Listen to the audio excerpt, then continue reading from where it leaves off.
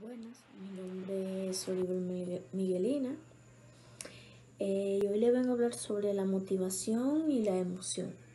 La motivación es la gana de hacer algo, ese algo que generalmente decimos que viene desde dentro, ese algo que nos motiva, que nos mueve a hacer las cosas, a levantarnos por la mañana para ir a trabajar, para ir a la escuela.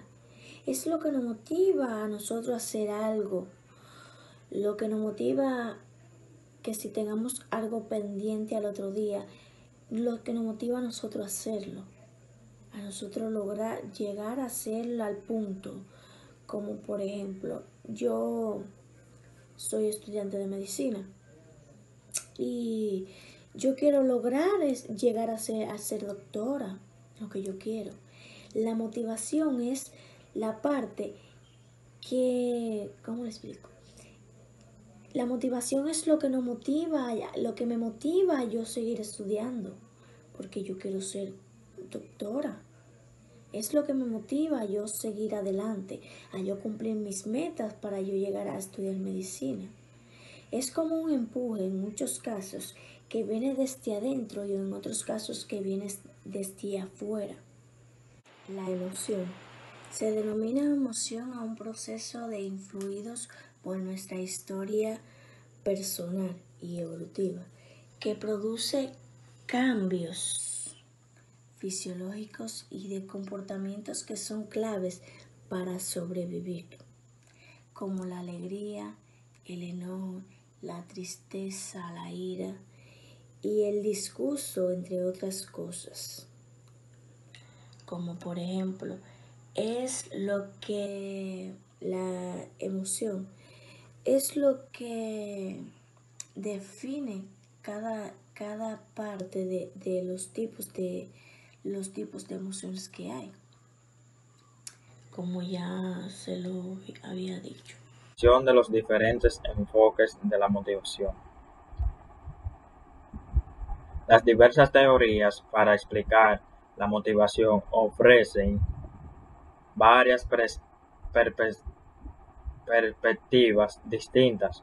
¿Cuál explica mejor la motivación? En realidad, muchos de los enfoques son complementarios y no antagónicos. De hecho, recurrir más de un enfoque es útil para entender la motivación en dado caso de particulares. El siguiente tema a exponer es las necesidades humanas y motivación, o sea, como comer, beber y ser audaz. Como estudiante de segundo curso en la Universidad de California en Santa Cruz, Lisa R. seguían un menú de su propia identidad.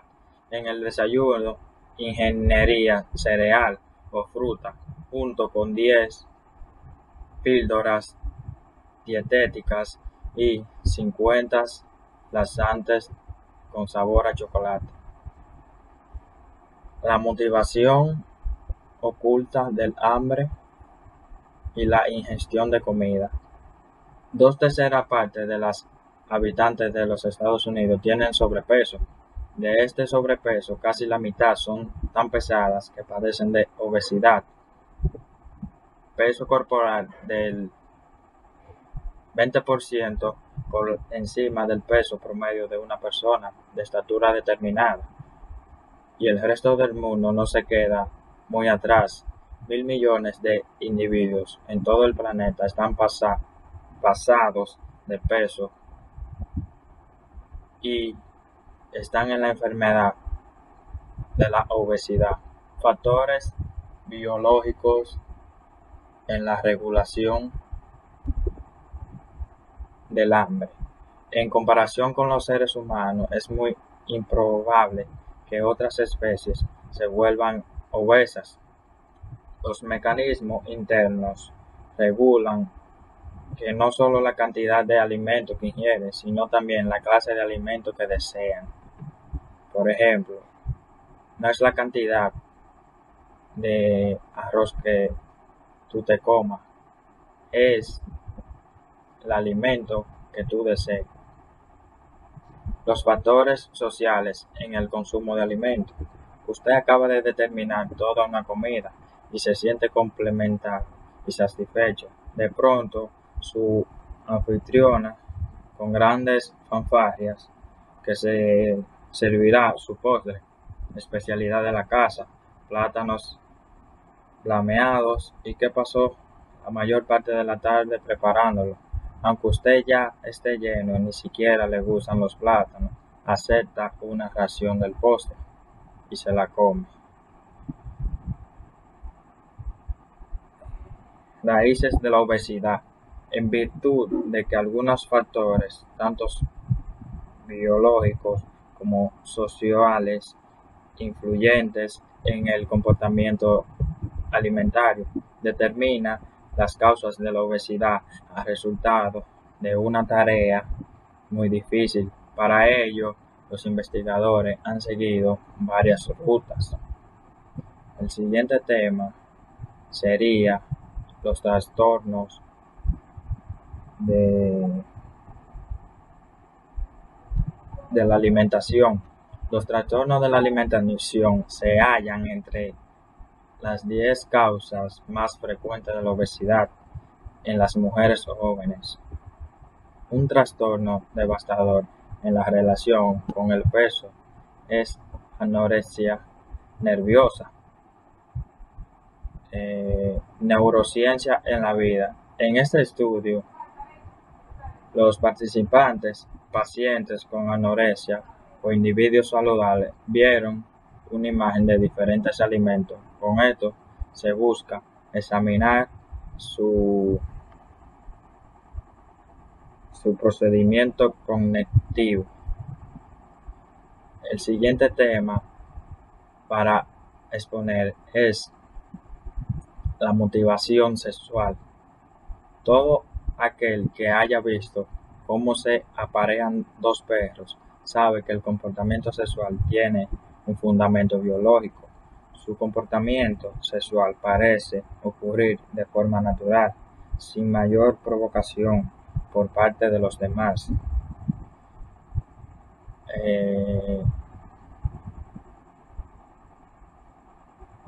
Masturbación y sexo solitario. Si hubiera usted oído a los médicos hace 75 años, le habrían dicho que la masturbación, autoestimulación sexual, en la que suele emplearse la mano para fortalecer los genitales, podría provocarle diversos trastornos físicos y mentales, desde el brote de vello en las palmas de las manos hasta la demencia. Sin embargo, tales médicos hubieran estado en lo correcto. El siguiente tema es la heterosexualidad. La gente suele pensar que la primera vez en tener relaciones sexuales alcanza uno de los elementos principales o hitos de la vida. Sin embargo, la heterosexualidad o la atracción y el comportamiento sexual dirigido hacia otro sexo consiste en algo más que relaciones sexuales entre hombres y mujeres. Sexualidad premarital. Hace muy poco tiempo, las relaciones sexuales previas al matrimonio, al menos en el caso de las mujeres o en la actualidad, se considera uno de los principales tabúes en nuestra sociedad actual. Sexualidad marital. A juzgar por la cantidad de artículos sobre la sexualidad en el matrimonio, se pensaría que el comportamiento sexual era la norma o número o uno por medio de la cual se mide la felicidad conyugal. El siguiente tema sería el homosexualidad y bisexualidad. Los homosexuales sienten atracción sensual hacia miembros de su propio sexo. Por ejemplo, un hombre que esté atraído por otro hombre, mujer que sea atraído por otra mujer. Los bisexuales hacia personas del mismo sexo y del otro. El siguiente tema a tratar es el transexualismo. El transexualismo son las personas que creen haber nacido con el cuerpo de otro género. Por ejemplo, un hombre haber creído que nació con el cuerpo o con el género femenino. Necesidades de logro y poder. Aunque el hambre quizás sea uno de los impulsos de logro y poder. Aunque el hambre quizás sea uno de los impulsos primarios más fuertes en nuestra vida cotidiana, también nos motiva a apoderarnos de los impulsos secundarios sin fundamento biológico. Una de las ramas de esta es la necesidad de logro, esforzarse a la excelencia. La necesidad de logro es una característica aprendida y estable con la que se obtiene satisfacción y al esforzarse por alcanzar el nivel de la excelencia. ¿Cómo se mide la motivación de logro? En el tab, el examinador muestra una serie de figuras ambiguas, como la que se aparece en la figura 4, el que pide a los participantes que escriban una historia sobre lo que pasa y quiénes son los personajes. La necesidad de afiliación, esforzarse por alcanzar la amistad. Una razón muy importante es que la mayoría de la gente tiene una necesidad de afiliación, un interés por establecer y mantener relaciones con los demás, la necesidad del poder, esforzarse por influir sobre los demás. Si en sus fantasías se cuenta la del presidente de los Estados Unidos o dirigir Microsoft, sus sueños acaso reflejan una gran necesidad de poder. El siguiente tema sería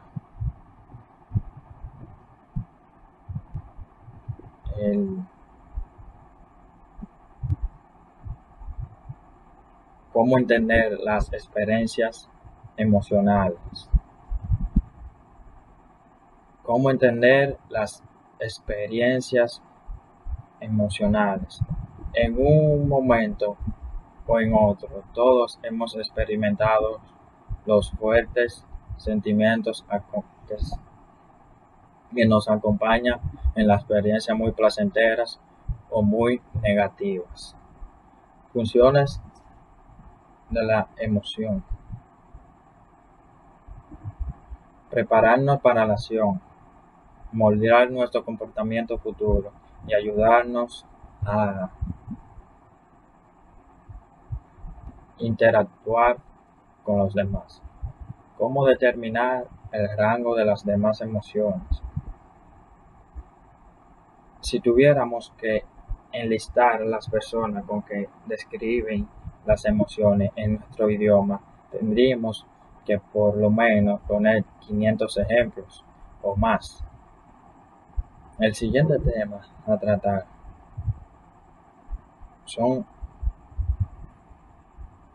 las raíces de la emoción. Si examina usted nuestro idioma, descubrirá que hay literalmente docenas de formas de describir cómo nos sentimos al experimentar una emoción y qué lenguaje que empleamos para describir la emoción se basa en su mayor parte en los síntomas físicos que se asocian con una determinada experiencia emocional. El siguiente tema a tratar sería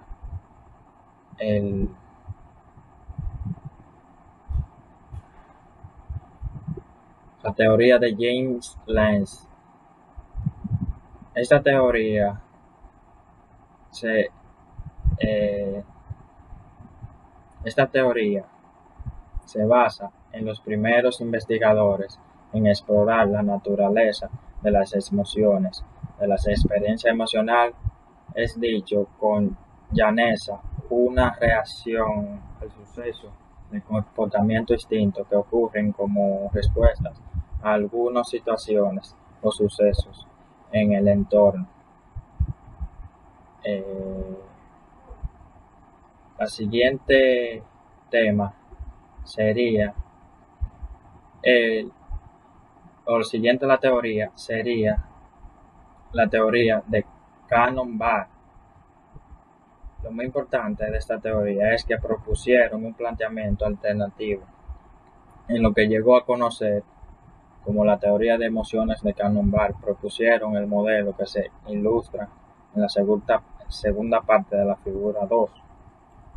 Esta teoría refuta el planteamiento de la activación fisiológica solo genere la perspectiva de la emoción. La siguiente teoría sería la teoría de Schachter-Singer.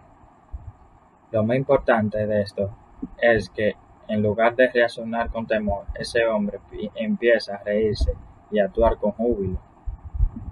Esto bien puede suceder según una explicación que se centra en la función de conexión, o sea, se centra en la teoría de Schachter-Singer.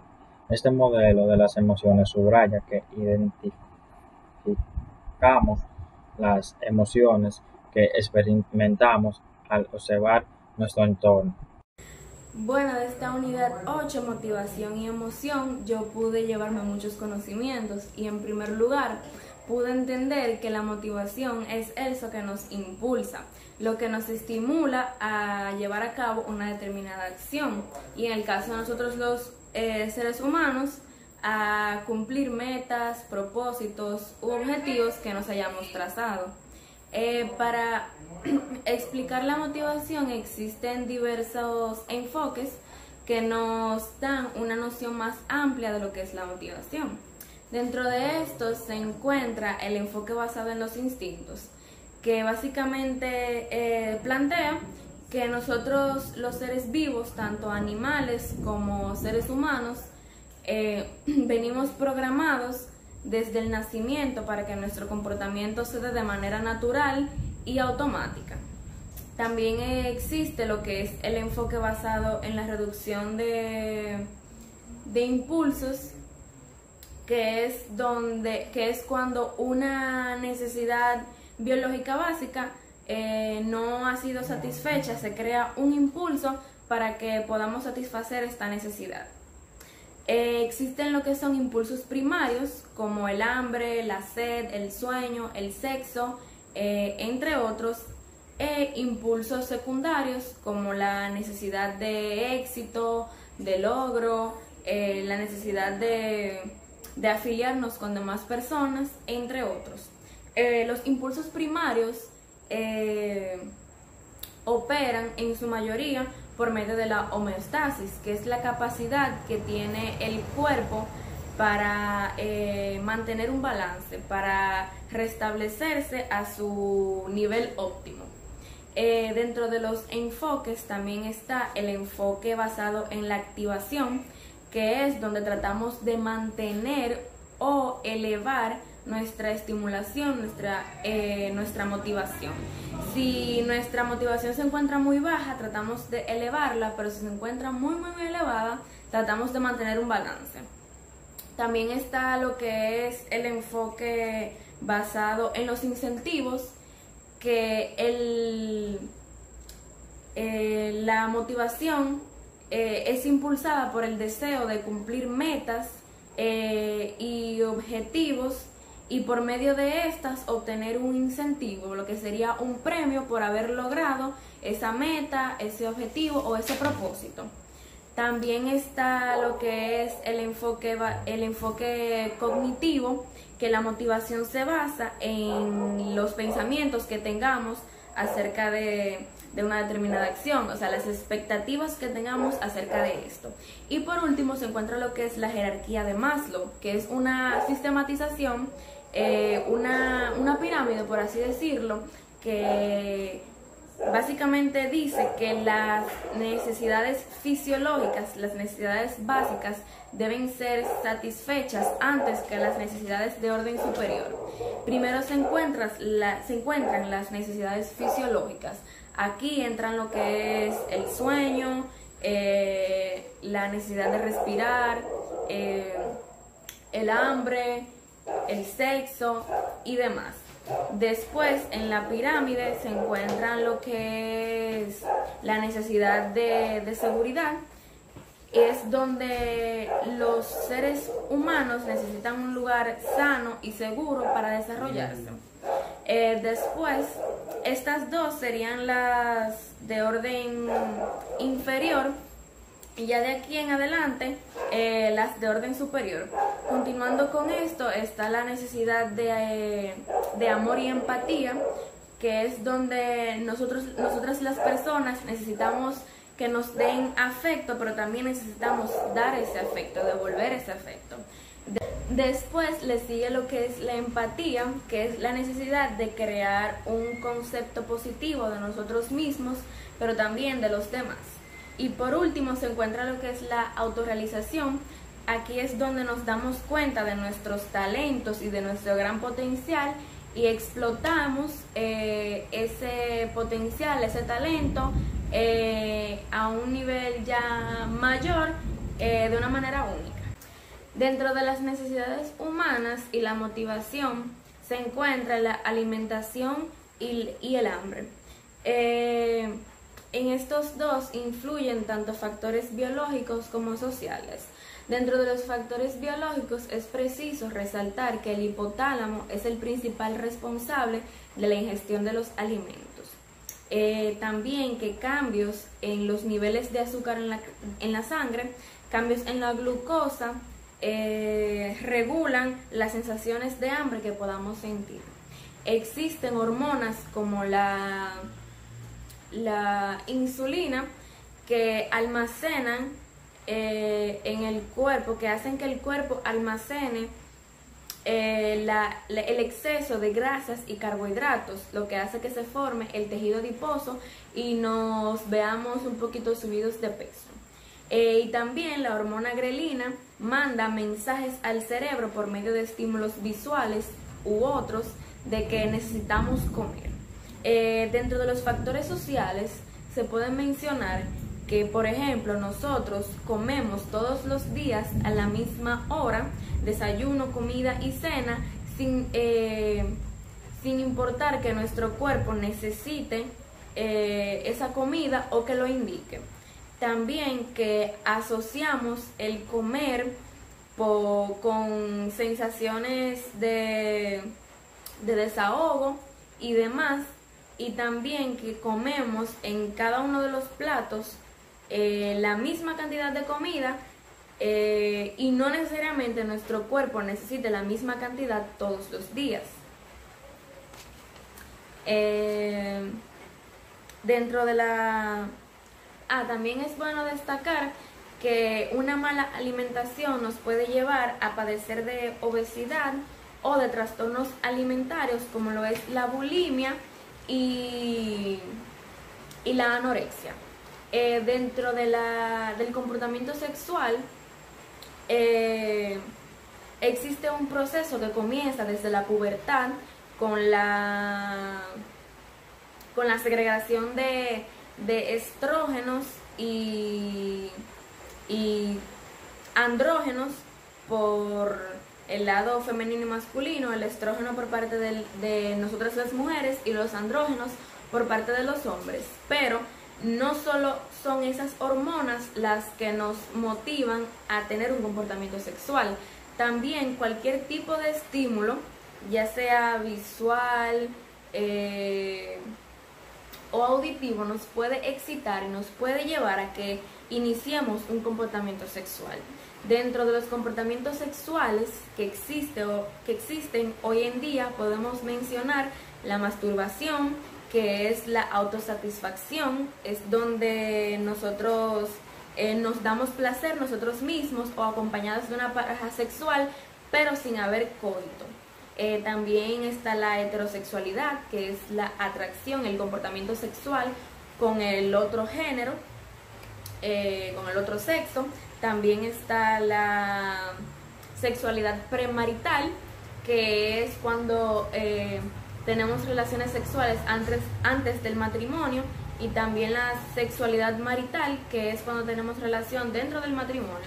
Se puede decir que tenemos la bendición de Dios o la bendición de la ley. También existe o se encuentran la homosexualidad y la bisexualidad. La homosexualidad es cuando nos sentimos atraídos por personas del mismo sexo, y la bisexualidad es cuando ocurre esto mismo, pero también nos sentimos atraídos por el otro sexo, o sea, de las dos maneras.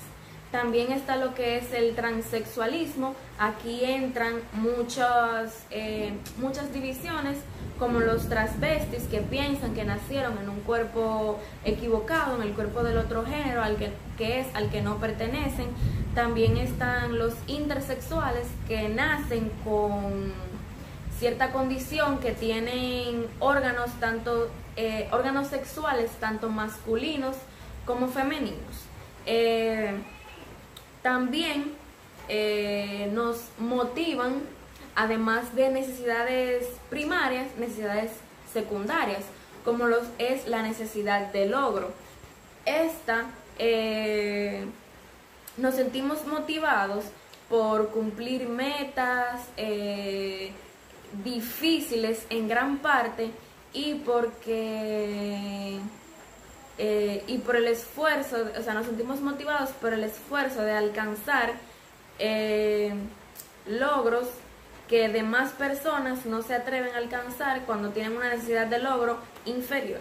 También está la necesidad de afiliación, que es el interés por entablar relaciones de amistad o demás con personas. Las personas que poseen este tipo de necesidades en grados más elevados prefieren estar acompañados de amistades y estar rodeados de personas que estar solos. También sienten una preocupación muy grande al rechazo y demás factores.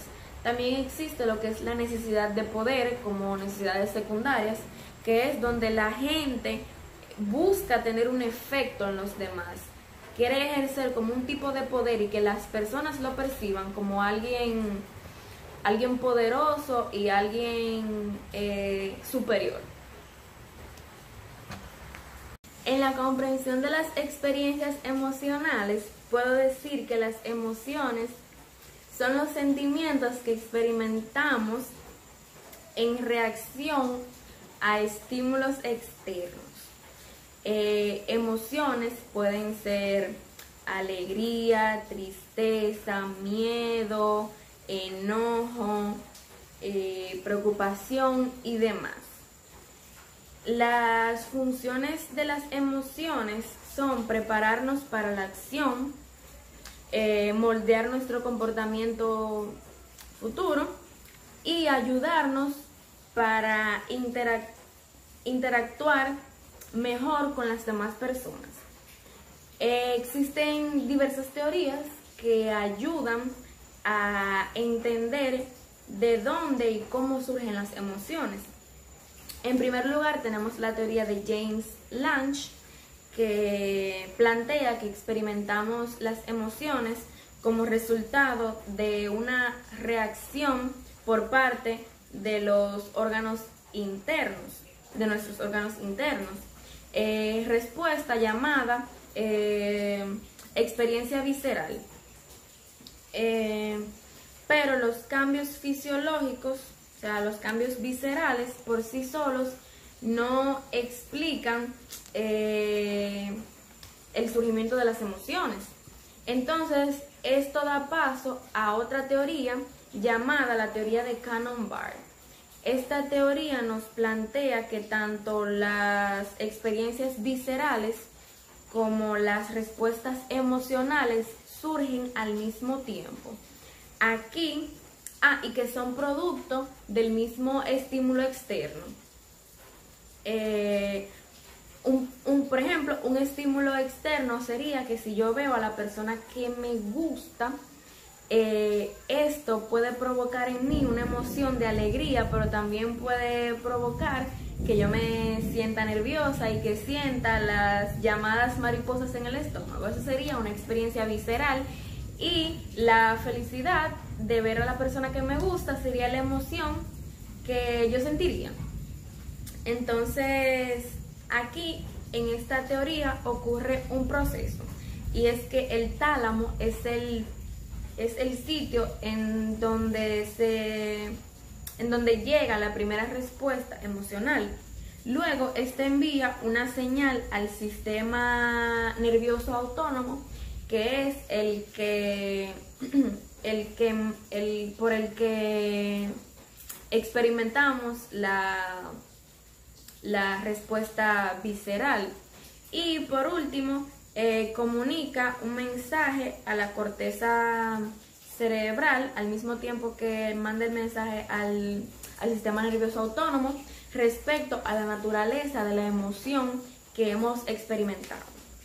Otra teoría es la teoría de Schachter-Singer, que es donde identificamos las emociones experimentadas observando nuestro entorno, y por medio de nuestro entorno es que podemos comprender el tipo de emoción que estamos sintiendo.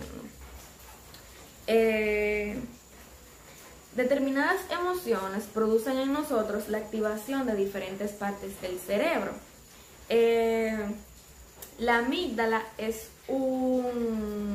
una parte muy importante en la experiencia de las emociones, y más en la consolidación de los recuerdos, porque por medio de esta es que a futuro se recuerda la emoción que habíamos sentido previamente. Las conexiones desde la amígdala le permiten influir en muchas de las expresiones emocionales que se experimentan a través de la corteza visual y el hipocampo. Dentro de las expresiones de las emociones en el comportamiento no verbal, las expresiones faciales juegan un papel muy importante, porque gracias a estas podemos revelar las emociones que estamos experimentando. Gracias al programa de afecto facial, que hace que el rostro manifieste la emoción por medio de la expresión.